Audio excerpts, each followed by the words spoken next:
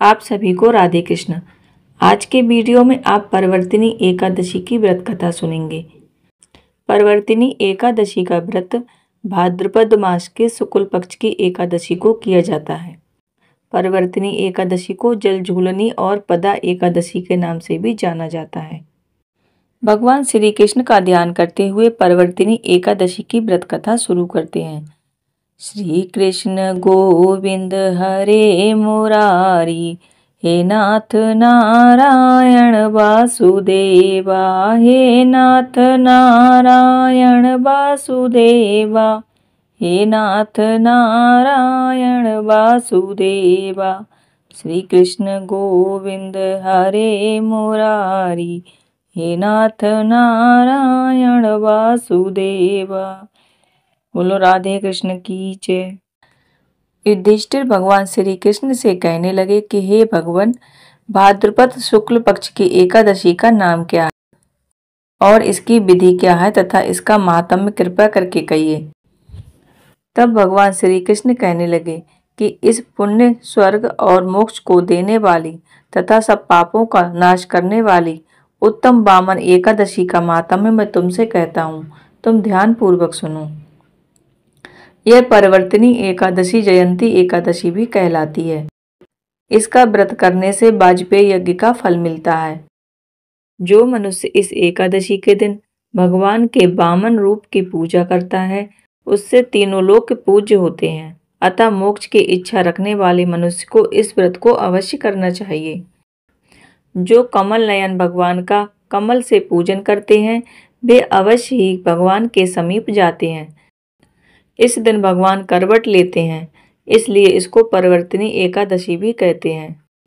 भगवान के वचन सुनकर युधिष्ठिर बोले कि भगवान, मुझे अति संदेह हो रहा है कि आप किस प्रकार सोते और करवट लेते हैं तथा किस तरह राजा बलि को बांधा और वामन रूप रखकर क्या क्या लीलाएं की।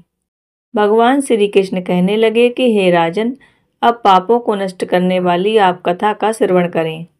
त्रेता युग में बलि नामक एक दैत्य था। वह मेरा परम भक्त था। विविध प्रकार के वेद सूक्तों से मेरा पूजन किया करता था और नित्य ही ब्राह्मणों का पूजन तथा यज्ञ के आयोजन करता था। एक दिन इंद्र से द्वेष के कारण उसने इंद्रलोक तथा सभी देवताओं को जीत लिया। इस कारण सभी देवता एकत्रित होकर सोच विचार कर भगवान के पास गए। बृहस्पति सहित इंद्र आदि देवता प्रभु के निकट जाकर और नतमस्तक होकर वेद मंत्रों द्वारा भगवान का पूजन और स्तुति करने लगे। अतः मैंने वामन रूप धारण करके 5वां अवतार लिया और फिर अत्यंत तेजस्वी रूप से राजा बलि को जीत लिया। इतनी वार्ता सुनकर राजा युधिष्ठिर बोले कि हे जनार्दन, आपने वामन रूप धारण करके उस बलि को किस प्रकार जीता। श्री कृष्ण कहने लगे कि मैंने वामन रूपधारी ब्रह्मचारी बलि से 3 पग भूमि की याचना करते हुए कहा कि ये मुझको 3 लोक के समान है और हे राजन, यह तुमको अवश्य ही देनी होगी।